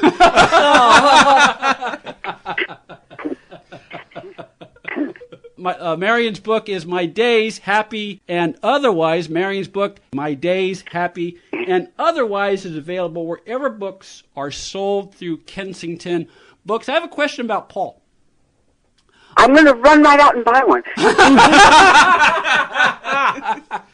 Paul was on Broadway, Paul Michael, and wonderful baritone, handsome man, beautiful blue-gray eyes. God, so he's from Broadway, and such a manly guy. He was my treat in life. Isn't that lovely? Well, not only is it lovely, but again, our key demographic are people of a certain age, 45 and up, and everyone goes through ups and downs in relationships. If you go through a divorce at a certain age, or if you end a relationship in your 5s or in your 6s, sometimes you may wonder, okay, should I stay in the relationship because I'm not getting any younger and this is it? But it also has to do with you have to be ready for something like that. And you waited until you were ready to pursue a relationship. And then as the way the world turns sometimes, the world introduced you to Paul and you enjoyed 30 years together. Well, you make it sound like I was in control. I was not running the ship here. Well, you were and you weren't. I mean, you let's put it this way. You did not force yourself into relationships that you did not want to pursue, even when you had opportunities to do that, No. If a guy had any flaw, that was it. Wow. Oh, that was it. Yeah. Marion, did you and Paul ever have the opportunity to work together? Oh, we did. We did in our later years because I was 60 when I met him doing a play. We were doing a play together, and then we continued to do plays together, for the next 20 years. That's great. We went to Overland Park, Kansas, a great deal. They have a wonderful theater, the New Theater. We performed there a lot. We performed at San Diego, at the Globe Theater in San Diego. So it was an absolute joy. Isn't that something? What a treat. Not only is it a treat just to hear you talk about him, but I'm thinking aloud here. In many ways, Paul took care of you in your life together. I mean, he handled the cooking, he handled a lot of the things around the house. And folks, you may not know about this. I mean, when she played Mrs. C was like the perfect mom. But in real life, during most of the years, you were doing Happy Days, and in the 50s and 60s, when you were married to your first husband, you were pretty much the breadwinner. When that marriage ended, you were a single mom raising 2 kids while also making phone calls, doing auditions, doing all the things you needed to do as an actor. So in a way, when you met Paul and you shared your 30 years together, that was like the reward for all the work you did as a single mom. And we traveled. We would travel with the Crystal Symphony line and went to Europe. All these good things happened to our lives because he was there to travel with me and to take care of everything. It was awfully smart. Well, he was awfully smart, and you were awfully smart to listen at that time when Yes, right. and because he was such a good cook, and I wasn't a cook at all. So Really? then he would say, well, let's have somebody over. So we had people over all the time, and I had never done that before. So life just became wonderfully full. So were you being fulfilled in real life the way that your TV characters had been fulfilled prior at this stage of It seems like, yeah, all that's the things... That's a rather personal question. Yeah, well, no, not that type of fulfillment. Okay, dial it back, boys. Okay. No. We're not talking about frisky stuff. Okay, We're talking just... Yeah. home and hearth and Okay, yeah, all right, because I get you. Yeah, again, like you had said, we associate her so much with the character. But that's a very interesting subject, because here I was 60 years old, and I meet this guy. Well, my children would say, "Oh my God, look at those two! They're going to burn the house down." Well, I mean, that's kind of good news for people, isn't it? Yeah. Yes. Oh, no. Look, it's inspirational. It's very inspirational. Look, age is a number. Age is only how old you make yourself. And going back to, I think Tony brought up Dick Van Dyke. One of Dick Van Dyke's credos these days is keep moving. That's the secret to, to staying active and staying in good health is keep moving. Whether it's or whether it's just physical, not just physically, but just keep yourself involved in doing something so that you always have something to look forward to. And that has never, and just getting to know you from reading your book, Marion, that has never been a problem for you. Yeah. Do what you love, you get to do it forever. No. Yes. But so far I'm very healthy, and that makes a tremendous difference. I'm fortunate in to be so healthy. Yes. We're talking to Marion Ross. Marion's memoir, My Days, Happy and Otherwise, takes you behind the scenes of Happy Days, including memories from her Happy Days castmates. It also includes great stories about Marion's work alongside Lauren Bacall, Claudette Colbert, Clark Gable, Tony Curtis, and her idol Noel Coward, plus the remarkable tale of how Marion's life changed forever with the help of Marion's friend Sandra Gould, the actress who played Gladys Kravitz on Bewitched, and a broken tile on the floor of Marion's kitchen. My Days, Happy and Otherwise is available wherever books are sold, through our friends at Kensington Books. Let's see, we want to talk about a little bit about the time you were a contract player at Paramount in the 50s, and I understand one of the big thrills for you was being dressed every day by Edith Head. Wow. Oh, yeah. My God. It was so exciting to be at Paramount in those days, because in the early 50s, because all the actors were there on the lot. They weren't on location. They were there. I mean, C.B. DeMille is in there doing The Greatest Show on Earth. Dorothy Lamour is slapping around in a swimming pool like she's in some temple somewhere. Very exciting, because it was all happening on the lot. Would you consider Paramount your home? I know you did Happy Days there as well. Yes, I've always worked at Paramount. Paramount is my home, right. And you did Operation Petticoat in 1959. That was a Universal production. That's a personal favorite of mine. I do find it funny that you worked with Gavin MacLeod then, and then decades later, you'd be his wife on The Love Boat. I know it. I love Gavin. I love Gavin. Yeah. So I tell you, we've had a bunch of us have had a storybook life in Hollywood. You know that? Pretty swell. It's nice to hear that. It is nice to hear. It's nice to hear it. Also, the way that you say it. It's so nice to hear. By the way, I just have to tell you, I'm always going to know you as Mrs. C. I was of the appropriate age for Happy Days, and while I'm talking to you, I am constantly making sure that I'm sitting up and my elbows are off the table, which I have never done interviewing somebody, and I am just making... My hands are actually, just... I am sitting at perfect... I'm so proud of you. I'm so Marion, his own mother would not believe it. And not to disagree with TV Guide, I would think that you got to be at least one of the top 3 moms, and I can't think who 1 and 2 would be at this moment, because I found you... I've got to be one of the top 3, you know. Yes. Right. Because I think... When you were, and I said I didn't want to, harp so much on Happy Days because, that's my child. But there was a certain realism to Marion Cunningham that I don't think existed in TV moms. Maybe Edith Bunker, Well, Florence Henderson was a very good friend of mine, and Shirley Jones is a good friend of mine. So it's just we're a gang. We did lots of things together. Yes. So it was like a mom mafia that you guys. We would do we would do the Rose Bowl parade. In fact, one year the TV moms we were on a special float. We were the TV moms, and we're waving and waving.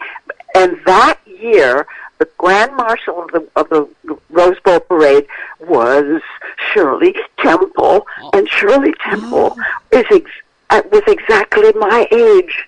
Wow. And for me to get to meet Shirley Temple, it was like I just totally fell apart. I'm just like blubbering, blubbering to meet her. And what's cool about that story is that, and this goes back to dealing with the feeling of invisibility. And at that particular Rose Bowl event, she recognized. I don't remember if she remembered your name, but she knew you. She knew you from Happy Days. Yes, she said to my press agent, Dale Olson, she said, "Is that mother from Happy Days?" And then she started singing, dun, dun, dun, dun. and then she sat up straight. Everybody knows you as this beloved mother, but, when I watched reruns in the last few years, and now that I'm closer to the age of Howard and Marion, as opposed to the kids, you are so damn funny in these episodes. And sometimes you are in whole scenes, and all we see you do is maybe set the table or something, and then before they go to, cut to the next scene or cut to commercial, you deliver some of the funniest lines, and then, I was always kind of auditioning for the writers so that they would write me something, show them some more colors, show them what you can do. Some of the biggest laughter and tears from the show, as we look back now, is you and Tom Bosley. One of my favorite episodes as an adult was the physical episode where they all had to go in for their physical, because to me that was almost burlesque comedy. Yes, This was the Army physical? This is the Army physical, and every bit that the guys had with the physical was joke, and I'm surprised some of it got on the air at that time period, because we were talking family hour. But then, right. But then I remember that vividly, yeah. The epilogue is you and Tom Bosley, because the guys are playing football in the front yard. And after joke, Army joke, and then it's Marion who is holding back emotion because all four of them passed their physical and we could go to war. And Howard is consoling you, saying, that's never going to happen. Our leaders, are smart. They'll never allow that to happen. And we, the audience, are on the inside that, no, history is going to take another. And we're watching this, and as a kid, I didn't appreciate it. As an adult, I thought, this is so good. And after watching, where you're getting tears from the laughter, and then watching this such emotional moment, and I have to say, those great moments that touch your heart, I would say 90% of them were you and Tom. Oh, that's sweet of you. But the Fonz did a lot. He did a lot. Ron and the Fonz had some very dear moments together, too, really. Ron Howard, Henry Winkler, Don Most, Anson Williams, all contribute memories of Marion in Marion's book, My Days, Happy and Otherwise. It also includes a foreword by Ron Howard. My Days, Happy and Otherwise is available in bookstores everywhere. You can also find it at Amazon.com, BarnesandNoble.com, wherever books are sold online. Before we say goodbye, I have to bring up Gary Marshall, because he was one of the angels in your life. And in so many ways, we've talked about how nobody, whether you want to be, whatever you set out to do in your life, yes, there's a certain amount you have to take control of, but nothing happens in a vacuum and nothing happens by itself. I mean, at some point, you have to be part of a team. And Gary Marshall, I understand, emphasized team in every show. Yeah.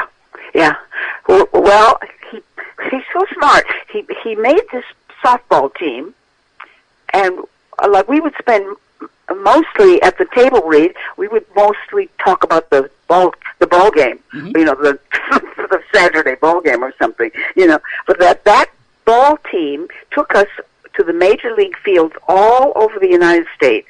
We would play with media guys like you, you know, before the game, and we would skunk you. We too badly, and then we went to the East German border and played ball with the 3rd Infantry, and then the night that the show ended, the very next morning, we all got up on a plane and flew to Okinawa and played softball with the U.S. Marines. Wow. You believe it. And I have my own bat, I have my uniform, I have my own glove. I would say your to my team was neighbors, really good. I remember hearing stories that you guys really were an amazing team with Henry Winkler pitching. Yeah, and Gary Marshall played first base, and Scott Baio is a very good athlete. He was shortstop. Ron Howard was right field. Anson is a very good athlete. So is Donnie Most, and we're all highly competitive. Highly competitive. And there's a great photo of you in your book, Marion, where you're at bat. And, I mean, major leaguers should study that photo because, you know, they talk about balance and making sure your swing is right. I mean, I'm serious. You got a great swing. And, you know, you came to play. I mean, you took it seriously the way you took acting seriously. Yeah. The thing is, I could hit, and when I would run to first base, I would hold my arms way up over my head. So I would think they don't want to hit that fine old lady. So you had a psychological component. They would overthrow first base, and I could get on. Hey, well, wow. That's half the battle. I mean, those are one of the many components that made you such a good team and why you never lost a game. No, we took it and the writers, you couldn't be a writer on Happy Days if you couldn't hit. Play softball. No, yeah, I mean, it was sort of an unwritten rule that if you worked on a Gary Marshall show, you had to play softball, and if you didn't want to play softball, Gary would talk to you and say, I can't do a Gary Marshall impression, but he would go, why don't you want to play softball? Yeah. No, he wanted you to. It was a wonderful device keeping us together, and keeping us together as a cast and as a team. We were never separated from one another. We were always together. I had a chance to meet Gary a couple of months before he died. It was an opening at the Falcon Theater, which you performed at, and it was opening night. And he's off in the corner. He's talking to everybody. He looked a little frail, but he was in good spirits. And when the opportunity presented itself, I went up to him. I shook his hand. And I said, and this is not BS, Marion, this is true, because I've been down here long enough. I've been to the Falcon Theater several times. It's a wonderful place to see a play because it's intimate. And I told him how much I love the Falcon Theater. And Marion, I cannot tell you, his face lit up. I mean, he was so proud of that theater. Yeah, he'd love that. What a good man, yeah. My Days, Happy and Otherwise, by our guest Marion Ross, is available in bookstores everywhere through Kensington Books. You can also find it at Amazon.com, BarnesandNoble.com, and wherever books are sold online. Marion, thank you so much for spending part of your day talking to us on TV Confidential. Well, I've had such a good time talking to you children. All right, I love you all. We'll continue our conversation with Monkees historian Chuck Harter next on TV Confidential. Story Salon is Los Angeles' longest-running storytelling venue. We have live shows every Wednesday in Studio City, as well as solo shows, podcasts, CDs, and several books. Los Angeles Daily News calls Story Salon Gemstones of Narrative, something new, funny, astonishing. Sunset Magazine says tales tall, tragic, and tantalizing. All of this makes Story Salon one of the most eclectic entertainment experiences available. You can learn more about us by going to our Facebook page or by visiting our website at www.storysalon.com. Ed Robertson here to tell you how you can get a free first ride with Uber, the mobile app that connects you with a ride at the touch of a button in just a matter of minutes. Uber has drivers in cities across the country and around the world, while payment is seamless and cashless. To download the app, go to uber.com and enter the promo code TVConfidential, all one word, and you will receive a free first ride up to $20. To sign up directly with the promo code included, go to get.uber.com/go/TVConfidential, get.uber.com/go/TVConfidential. Ed Robertson, author friend Donna Allen Figueroa, who I understand has a new book out.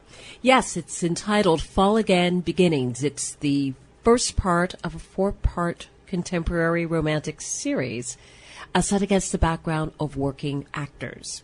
Something that you know a thing or two well, about. You write what you know, and I have been working in the business for several years. It is not necessarily autobiographical, but it's based on... Sure, many of the experiences that the actors in my book have, many have happened to me, many have happened to friends of mine.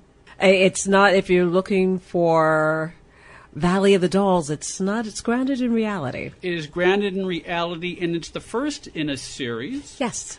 Called the Fall Again series. Fall Again. Which is available as a paperback as well as an ebook and in Kindle at fallagainseries.com. Hi, this is Jacqueline Smith. You're listening to TV Confidential. I'm gonna tell you how it's gonna be. You're gonna give your love to me. I'm gonna love you both night and day. Ed Robertson with a reminder that the next edition of TV Confidential will premiere next week on this station at the usual time. Our guests will include Judy Norton, Mary Ellen Walton from the Waltons. We hope you'll join us for that. In the meantime, Tony Figueroa and Donna Allen are with us along with their guest this hour, Chuck Harter. Chuck wrote Hey Hey, We're the Monkees, an acclaimed documentary that originally aired on the Disney Channel, for which Chuck interviewed Mike Nesmith, Peter Tork, Davy Jones, and Micky Dolenz, as well as other key people behind the scenes of the Monkees phenomenon. Chuck is also the author of Mr. Novak, an acclaimed television series. Chuck's website is mrnovakbook.com. Chuck? Here's another thing I'd like to bring up. It's a shame that in all of the comebacks, the 70s with Dolenz, Jones, Boyce, and Hart, the 80s with the big MTV comeback, the 90s with the tour, Justice with Nesmith, they didn't do any comic acting. They did records, they toured. The one TV special. They did videos, they did one special. That's a topic down the road. Yeah, and that's funny, but the drag is they were not the great Marx Brother comic actors they did in a vehicle. Yeah. There was plans for a film, it fell apart several times. They didn't do any of the romps that they did so well. They just didn't. In the 90s, when they're doing interviews with each other, there are moments where you see it. They're all working well, and I have a great memory. In 96, they were doing publicity photos over in Burbank, and I was there with Henry Diltz, the photographer. And they were getting along pretty good. Nesmith was actually joking with them, and he said, I'll wear the green hat. And I'm sorry I didn't bring it with me, because I'd have said, no, wear the But anyway, they were in the hallway, and Diltz is filming them, and it's me for about 15 minutes, and they were the Monkees. They were joking, getting along. I sent him a picture where you can see them all laughing, and I thought, that's what needs to get out there. Yes, the records are cool. And that's a shame, you know, because they were so good acting with each other. I remember in the 80s, they were playing for the MTV softball team. Right. You know, and at this time, because we talked about this earlier, with Happy Days had the most famous of these. But all the TV shows had Letterman had one, Entertainment Tonight had one, but MTV had, and the Monkees were part of the actual team. And I would see, like, interviews. They would never show the entire game, but they would show highlights from the game, and then, like, team interviews. And you would see Mickey was the Mickey that you knew. Yeah. When he would be interviewed for that, he was the Mickey that you knew. He would be hamming it up and doing like a bad Edward G. Robinson impression, something like that. Very bad. But I would lately, I would see them. Let's say they all appeared on The View. Right. and they would have a serious moment talking about whatever, and then the shtick would start to pop out. Right. Because Mike was never with them. No. And then, like Joy Behar would say, but Mike Nesman is not touring with you. And like the three of them in sync would just go, he's gone! It was like just the perfect shtick that they would do. And it's not just the delivery of the line, the physical movement, looking right to the camera. There's a chemistry. Yeah. There's a chemistry. That never left them. And that's a shame. Like I said, if there had been a 1987 Monkees 1 hour special or film when that great big comeback was coming back and Rhino was putting out, Heart and Soul, or That Was Then, This Is Now, or so forth, boom. It didn't happen for various reasons. It's a shame. Before we went out there, we were talking about the time when three of them were on Boy Meets World. Yeah. Which, going back, just talking about generation, because I have a sister that's 10 years older and a brother who's slightly younger than she is, and then I have younger siblings. The younger siblings had no idea why the older siblings were going nuts when the show was on the air. Because it just happened to be, it was what was playing on TV. Mm-hmm. And we see it's three different storylines playing out, and each one of them are in a separate storyline. They don't come together until till the end of the episode. And it was kind of a build-up because Davy Jones played a friend of the parents from England, from the 60s. And he comes in, and we're going, oh, cool, it's Davy Jones. Oh, great. Yeah. And then we see Topanga's father, who's introduced, and then we know it's Peter Tork. And, of course, my younger sisters have no idea why we find this so amazingly cool. And then, and then Micky Dolenz is there. And all of a sudden, it's like, I think it's the parents' anniversary or something like that, and the band doesn't show up. And the three of them just kind of... We'll play. And they get up and they do... I forgot what song, but it's not one that we always associate. No, but they did a tune. They did a tune. Yeah. And then you think, this, for the older siblings, this was the coolest thing in the world to see these three reunited. The younger siblings having no idea what... And I'm trying to explain in the commercial breaks who these guys are. And then... when you think, oh, this was a great moment, Dave Madden's in the audience of this anniversary party. Here comes party. That damn Partridge family. But it was kind of like, him kind of getting a note of approval, and then the epilogue during the closing credits, he comes up and he says, I used to manage a band. I still have the tour bus. You guys could be as big as the Beatles. And then the three in unison, in their traditional shtick, just look at each other and then, nah. So they basically close out the episode. And so for, our generation, this is a great nostalgic moment that a younger generation will never get. Well, here's something about the younger generation. I agree with what you say, but here's a weird, freaky thing that happened when they came back in 86 and 7 and did the 300 tours or whatever it was. I would be at a newsstand and I would see Tiger Beat and 16, the current teen mags. And I don't remember who was big in the mid-90s. Maybe it was New Kids on the Block or whoever the latest big teen idols were. And I would see on the same cover, a new kid, my secret loves, Davy Jones, what I look for in a girl, teeny bopper star, I love this, and Micky Dolenz. And I went, what? So I get the magazines and I'm looking through them, and they're in it as much as the current teeny bop little bands, and they're in their 40s. And I'm looking at that and I'm going, what? And they were featured in the teen mags 86, 7, and 8 as much as the latest thing. Yeah. Well, and when you went to the concerts, it's mom and daughter both screaming over Davy because even though he's 40 with a very bad, mullet haircut, they're going hey, like, man. Oh my God, hey man, I like the girls, man, and they're all going crazy. But when they were part of MTV, they were just as big as the VJs. Absolutely. At the time, and they were and I remember the Christmas song that they did. They had a Christmas video that was the Monkees and the VJs. And who shows up at the end of Santa Claus? It's Michael Nesmith. The old man. Yeah, and Santa Claus takes off the beard, and you see that it's Michael Nesmith. Right. I was just remembering the scene in the original Brady Bunch movie with Davy Jones, and who is rushing the stage.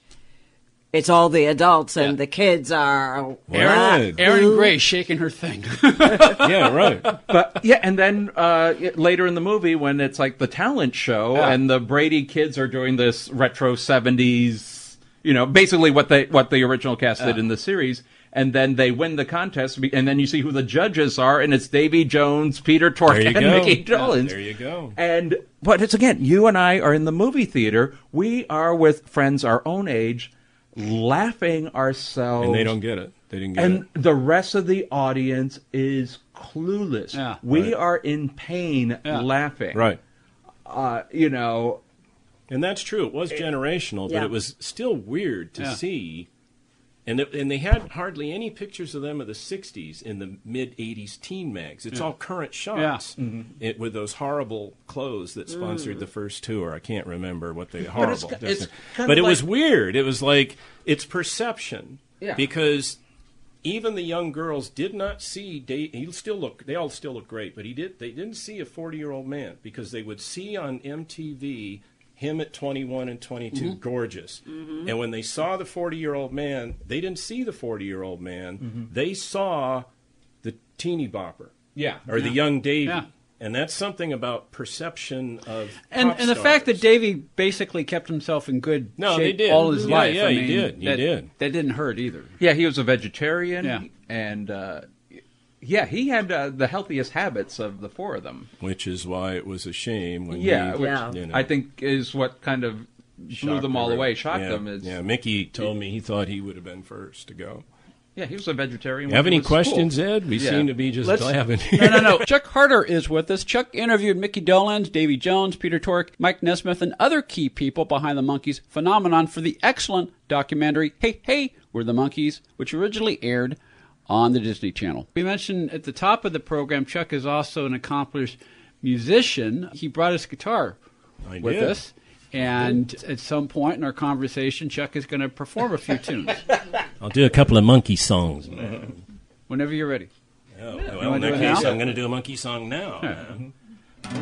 Well, I'll do one if I can remember everything. But a great thing about the first Monkees album, even though it was the session musicians, was they had a songwriting team of Tommy Boyce and Bobby Hart, who were sort of staff writers, much like the older Harold Arlen and those guys, from the 40s, who were on staff writers. So they had really good songwriters, and this is a really good one from the first album. I wanna be free, like the bluebirds flying by me, like the waves out on the blue sea. If your love has to tie me, don't try me, say goodbye. I wanna be free. Don't say you love me, say you like me, but when I need you beside me, stay close enough to guide me, confide in me, whoa, whoa. I wanna hold your hand, walk along the sand, laughing in the sun, always having fun, doing all those things, without any strings to tie me down. I wanna be free, like the warm September wind, babe, say you'll always be my friend, babe, we can make it to the end, babe, again, babe, I have to say. I wanna hold your hand, walk along the sand, laughing in the sun, always having fun, doing all those things, without any strings to tie me down. I wanna be free. I wanna be free. I wanna be free. I wanna be free.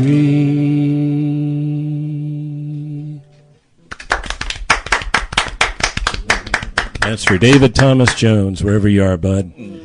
Chuck Harter will be back with us next week for part 2 of our look at the history of the Monkees and their impact on the worlds of music and television. We'll talk some more about Boyce and Hart, the Monkees World Tour of 1967, and how the dynamics of the Monkees TV series changed when the show returned for its second season. We'll also talk about how the Monkees' 1968 feature motion picture Head was ahead of its time, and how their ill-fated NBC special 33 1/3 Revolutions per Monkey led to the demise of the group. Chuck will also play a few more tunes for us. All that coming up next week on TV Confidential. In the meantime, a reminder that My Days, Happy and Otherwise by Marion Ross is available in bookstores everywhere through Kensington Books. You can also find it at Amazon.com, BarnesandNoble.com, and wherever books are sold online. That'll do it for our program tonight, folks. Ed Robertson, on behalf of Tony Figueroa, Donna, Allen, Phil Grace, and Greg Ehrbar, thank you so much for listening. We will talk to you next time on TV Confidential.